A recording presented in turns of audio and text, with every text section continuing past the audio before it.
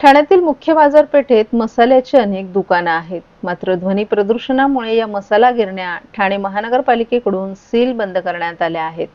ठाणे महानगरपालिकेनं सील केलेल्या मसाला गिरण्यांमुळे एकच मसाला गिरणीवर मोठ्या प्रमाणावर ताण आलाय. ठाणे जिल्ह्यातील अनेक भागातून लोक ठाण्यातील मसाला बाजारपेठेत मसाला घेऊन त्याच ठिकाणी कुटण्यासाठी येत असतात. मात्र गेल्या 2 दिवसांपासून रांगेत असलेल्या महिलांमधून आक्रोश होताना दिसून येतोय. पालिकेनं लवकरात लवकर बंद केलेल्या या मसाला गिरण्या सुरू कराव्यात अशी विनंती व्यापारी आणि महिला वर्गानं केली आहे. ठाण्याच्या नौपाडा परिसरातील सहयोग मंदिर हॉल समोर असणाऱ्या घाणेकर उद्यानाची दुरावस्था झाली होती. यावेळी बोरकर रिअल इस्टेटचं बांधकाम व्यावसायिक महेश बोरकर यांनी घाणेकर उद्यानाचं नूतनीकरण करण्याचा प्रस्ताव माजी नगरसेवक सुनीत जोशी यांच्याकडे मांडला होता. यावेळी माजी नगरसेवक सुनीत जोशी आणि महेश बोरकर यांनी ठाणे शहराचे आमदार संजय केळकर यांच्याकडेही चर्चा केली होती. बोरकर रिअल इस्टेटचे महेश बोरकर यांनी स्वखर्चानं घाणेकर उद्यान नूतनीकरण करण्यासाठी संमती दर्शवल्यानं 2 महिन्यांपूर्वी आमदार संजय केळकर यांच्या हस्ते या उद्यानाचं नूतनीकरण करण्याचं भूमिपूजन सोहळा पार पडला होता. तर आता 2 महिन्यांनी बोरकर रिअल इस्टेटचे महेश बोरकर यांनी घाणेकर उद्यान विविध सोयी सुविधांनी युक्त असं तयार केलं असून विविध अद्ययावत खेळणी लहान मुलांसाठी या उद्यानात बसवण्यात आली आहेत. तसंच ज्येष्ठ नागरिकांसाठी कट्टा आणि परिसरातील नागरिकांचं आरोग्य सुधारून राहावं याच उद्देश डोळ्यासमोर ठेवून ओपन जिम या उद्यानात तयार करण्यात आली आहे. या उद्यानाचा लोकार्पण सोहळा आमदार संजय केळकर तसंच भारतीय जनता पार्टीचे ठाणे शहर जिल्हा अध्यक्ष संजय वाघोले, माजी नगरसेवक सुनीत जोशी, माजी नगरसेविका मृणाल पेंडसे यांच्या उपस्थितीत संपन्न झाला. यावेळी या कार्यक्रमाला उपस्थित मान्यवर आमदार संजय केळकर, स्थानिक माजी नगरसेवक संजय वाघोले, स्थानिक माजी नगरसेवक सुनीत जोशी, माजी नगरसेविका मृणाल पेंडसे, ठाणे महानगरपालिका उद्यान अधीक्षक केदार पाटील आदी उपस्थित होते. उपक्रम करतो हा दुसरा उपक्रम आहे आपल्या आमदारकी क्षेत्रामध्ये की लहान मुलांसाठी खेळण्यासाठी गार्डन आज उपलब्ध करून काय सांगाल? When there is a will there is a way असं जे म्हटलं जातं, तर मार्ग अनेक मिळतात. तुमचं विल पॉवर पाहिजे काहीतरी करण्याची. आज नौपाडा भागामध्ये सहयोग मंदिर हा जो हॉल आहे त्याच्यासमोर घाणेकर उद्यान आहे. ते अत्यंत वाईट परिस्थितीमध्ये होतं. तिथे कोणी लहान मुलांना खेळताही येत नव्हतं.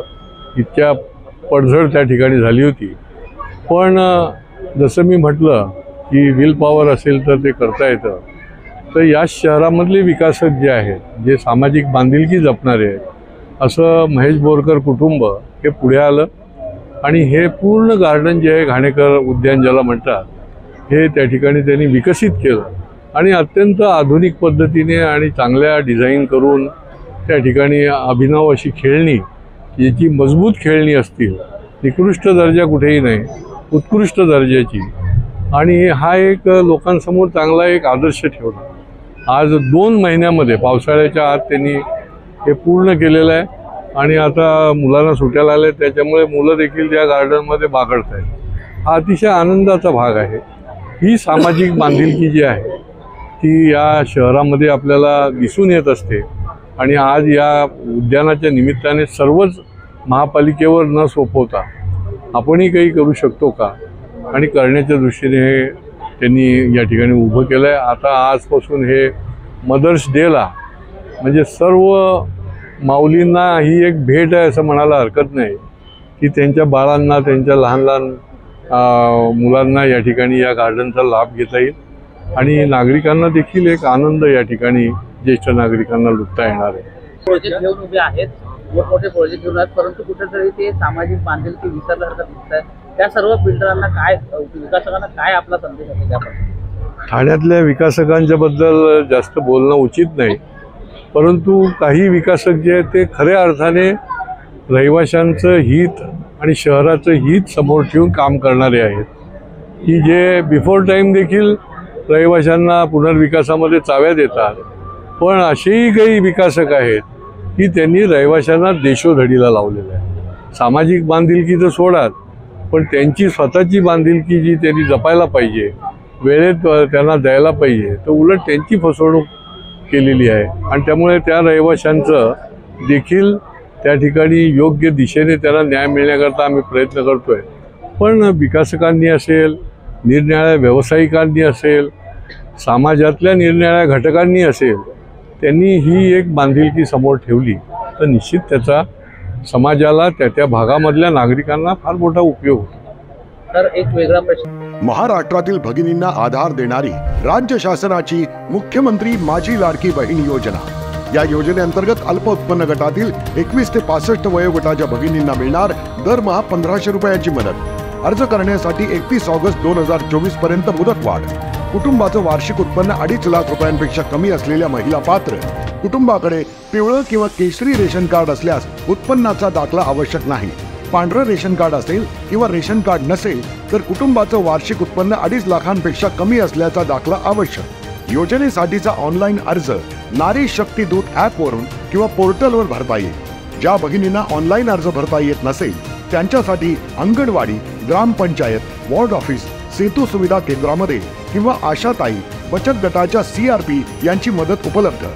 आता आपल्याला अभिमानानं म्हणता येईल, सुखी आणि सुरक्षित आहे माझी लाडकी बहीण.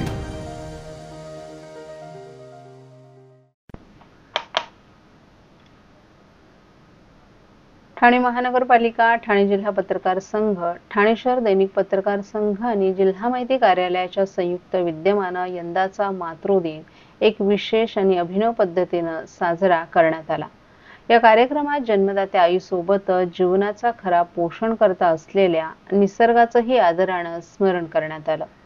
या उपक्रमाचा मुख्य उद्देश मातृदिनाच्या पारंपरिक संकल्पनेला व्यापक करून निसर्गाच्या महत्त्वपूर्ण योगदानाला उजाळा देणं होता. या कार्यक्रमाद्वारे पर्यावरण संरक्षणाबद्दल जागरूकता वाढवणं आणि त्या दिशेनं कृती करण्याची प्रेरणा देणं अपेक्षित आहे. यासाठी खूप छान प्रतिसाद मिळाला असून पर्यावरण तज्ज्ञ विजयकुमार कट्टी यांनी विशेष मार्गदर्शन केलं. यावेळी ठाणे जिल्हा पत्रकार संघाचे अध्यक्ष संजय पितळे, ठाणे शहर दैनिक पत्रकार संघाचे अध्यक्ष आनंद कांबळे, ज्येष्ठ पत्रकार कैलास मापदी, दीपक दळवी, ठाणे शहर हाऊसिंग सोसायटी फेडरेशनचे कॅसवर ऑगस्टीन, भरत अनखिंडी, महेंद्र माने, मिस्त्री भाऊ कांबळे, आसरा फाउंडेशनचे मोहन शिरकर, अमन कोयरी, मॅको बँकेचे सहदेव बने, पर्यावरण अभ्यासक वालावलकर यांच्यासह इतरही पत्रकार उपस्थित होते.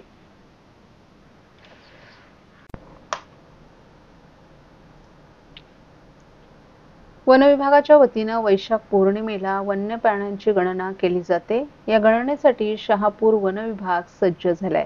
तालुक्यातील अभयारण्यासह वन विभागाच्या विविध भागात ही प्राणी गणना केली जाणार आहे.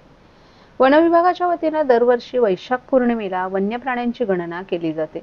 त्या अनुषंगानं तांसा, वैतरणा, शहापूर वनपरिक्षेत्र आणि धसई वनपरिक्षेत्र हद्दीत वन विभागानं मचाण तयार करून ट्रॅप कॅमेरे लावण्यात आले आहेत.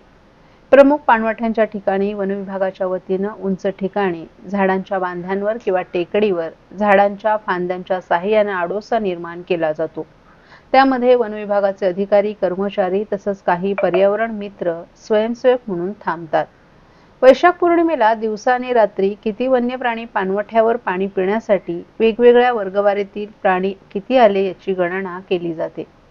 मागील वर्षी मचाणावरून वन्य प्राण्यांचं निरीक्षण केलं असता त्यात 8 प्रकारचे सस्तन प्राणी दिसून आले.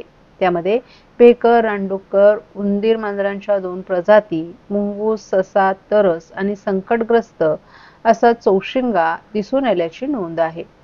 दरम्यान अवकाळी पाऊस सोबतच ढगाळ वातावरणामुळे पौर्णिमेच्या चंद्रप्रकाशात होणारी प्राणी गणनेवर विरजण पडण्याची शक्यता नाकारता येत नाही.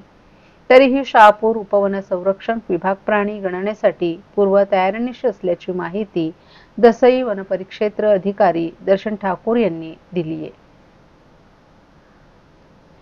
कळवा प्रभाग समिती अंतर्गत साईनाथ नगर येथे नाल्याची सफाई करण्यात आली. त्यानंतर मागील 10 दिवसापासून या नाल्यातील गाळाचा भला मोठा ढीग तसाच नाल्याच्या बाजूला रस्त्यावर पडून आहे.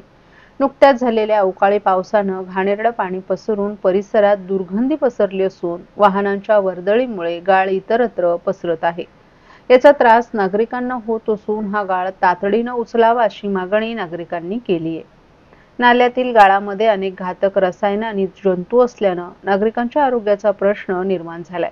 नाल्यातील निघालेल्या गाळावर जंतुनाशक आणि दुर्गंधीनाशकाची फवारणी करणं बंधनकारक असताना देखील अशी कुठल्याही प्रकारची फवारणी करण्यात आली नव्हती.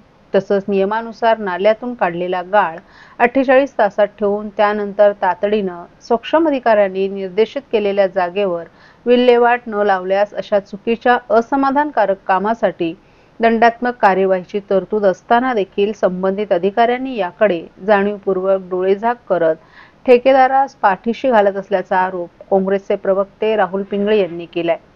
कळवा येथे रहदारीच्या रस्त्यावर रचून ठेवलेल्या भल्या मोठ्या गाळाच्या ढिगाऱ्यामुळे दुचाकी वाहनं घसरून होत असलेले लहान मोठे अपघात, तसंच सुकलेल्या गाळाच्या ढिगाऱ्यावर लहान मुलं चढल्यास, विद्युत वाहक तारांना स्पर्श झाल्यास होणारी दुर्घटना आणि नालेसफाई दरम्यान पिण्याच्या पाण्याचे तोडलेले पाईप, काम करण्यासाठी कर्मचाऱ्या हँड ग्लोव्ज, गमबूट सह इतर सुरक्षा उपकरणांचा अभाव या गोष्टींचं गांभीर्य कळवा प्रभाग समितीच्या सहाय्यक आयुक्त आणि मुख्य स्वच्छता निरीक्षक यांच्या निदर्शनास आणून दिली.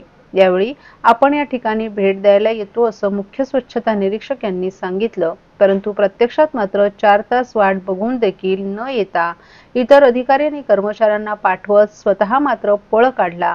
आलेले कर्मचारी आणि आम्ही लगेच गाळ उचलून घेतो या व्यतिरिक्त नालेसफाईबाबतच्या कुठल्याही प्रश्नांची समर्पक उत्तरं देऊ शकली नसल्याचं पिंगळे यांनी सांगितलं.